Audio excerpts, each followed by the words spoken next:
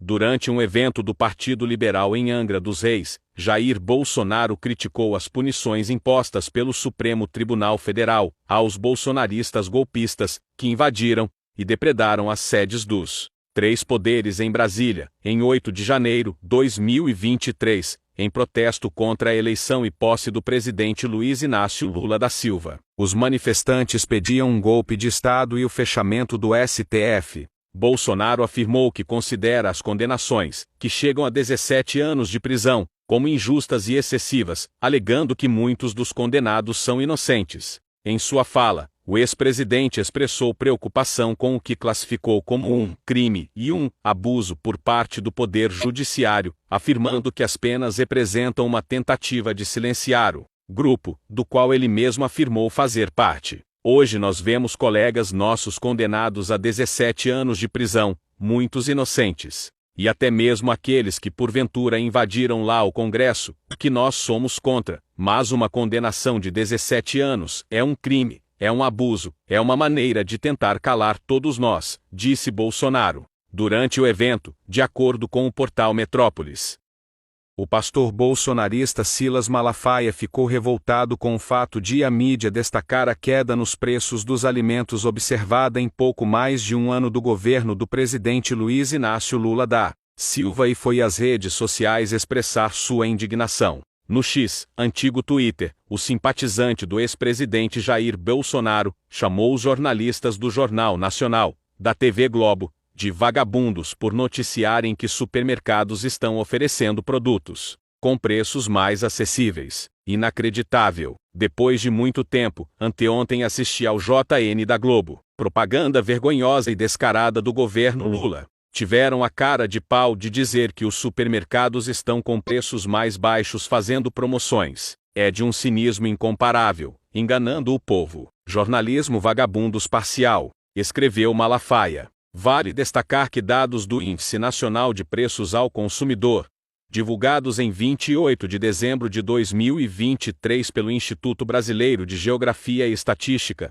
apontam uma queda média de 2,4% nos preços dos alimentos, uma situação não vista desde 2017. Nos bastidores do Supremo Tribunal Federal, a expectativa é alta, mais operações contra o ex-presidente Jair Bolsonaro e seus aliados estão a caminho. As recentes ações autorizadas pelo ministro Alexandre de Moraes contra Carlos Jordi e Alexandre Ramagem abriram precedentes para mais investigações. Segundo o blog do Noblar, no Metrópolis, indicam que aproximadamente 18 deputados estão sob investigação em inquéritos no STF, e é esperado que as operações contra eles se intensifiquem. Moraes tem sido uma figura central nesse contexto, com inquéritos importantes relacionados a Bolsonaro e seus apoiadores, incluindo casos ligados às milícias digitais, manifestações antidemocráticas e a ABIN. Entretanto, a concentração de poder nas mãos de Moraes tem gerado críticas no Congresso Nacional.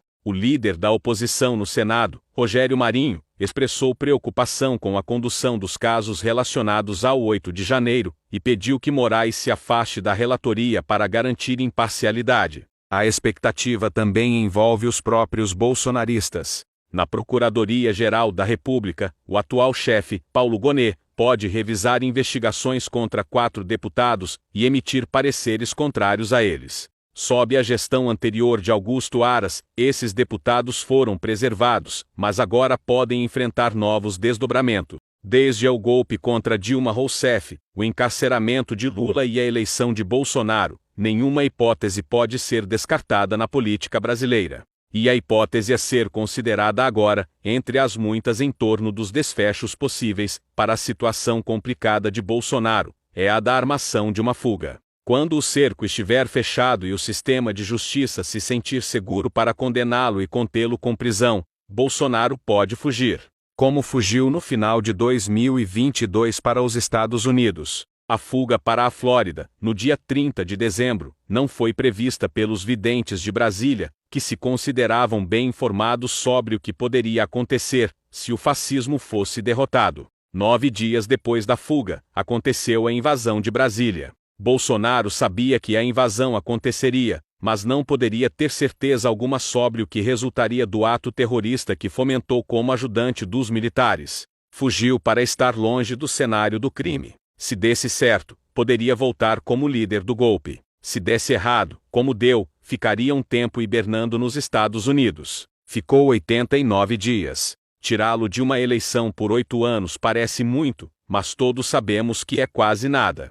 Quando se trata de adversários de Bolsonaro, o primeiro nome que vem à mente é o de Luiz Inácio Lula da Silva, e não sem razão. O atual presidente era o único capaz de derrotá-lo, como ficou comprovado nas urnas. Pois bem, nem mesmo a máquina de espionagem montada pelo clã, então instalado no poder, conseguiu encontrar algo que pudesse manchar o seu inimigo público número 1. Mesmo utilizando o software israelense First Mile, e tendo acesso a todos os dados fornecidos pelo governo federal, a sua agência de inteligência, nada foi encontrado. Qualquer irregularidade teria sido amplamente divulgada pelos canais de comunicação da extrema-direita, seja pelas redes sociais, seja por seus veículos de imprensa, que vão desde os órgãos da chamada imprensa tradicional até órgãos completamente identificados com o golpismo. É importante lembrar que, mesmo diante da desigualdade de armas proporcionada por esse uso indiscriminado da máquina pública,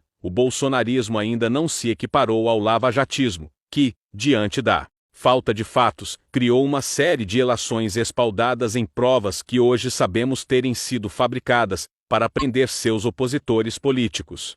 O prefeito de Ponte Alta do Norte, Ari Baguio, foi preso nesta sexta-feira, 26, no âmbito da Operação Limpeza Urbana, do Grupo de Atuação Especial de Combate às Organizações Criminosas GAECO de Santa Catarina. O bolsonarista é suspeito de operar um esquema de corrupção nos contratos dos serviços de limpeza urbana na pequena cidade de 3,2 mil habitantes no meio-oeste catarinense. Em 2022, o membro do partido de Bolsonaro esteve em um evento junto do ex-presidente e do atual governador Jorginho Melo, em defesa da reeleição do inelegível. Na semana passada, Elias Costa, também da legenda de Bolsonaro e prefeito de Barra Velha, foi detido no âmbito de outra operação contra ilicitudes e corrupção em fraudes e licitações. Eles se somam aos outros 16 prefeitos de Santa Catarina, em sua maioria bolsonaristas, detidos em operações contra a corrupção desde novembro de 2022.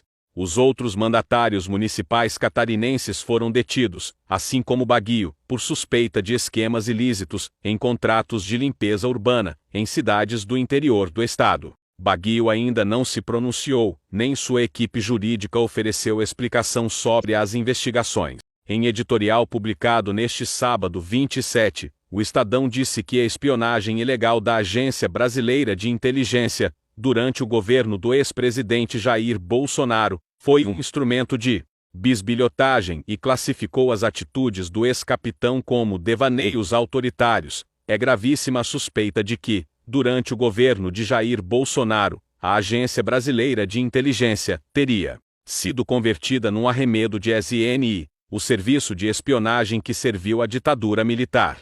A ser verdadeira apenas uma fração do que veio a público até o momento, é caso para a punição exemplar de todos os que tentaram instalar no Brasil um instrumento de bisbilhotagem típico de Estado autoritário. Não bastasse essa espionagem ilegal, Ramagem também é suspeito de fazer da ABIN uma espécie de puxadinho das equipes de defesa de 2 dos filhos de Bolsonaro, enrolados com investigações policiais. O senador Flávio Bolsonaro, suspeito de liderar um esquema de rachadinhas na Assembleia do Rio, e Jair Renan Bolsonaro, suspeito de tráfico de influência, estelionato e lavagem de dinheiro.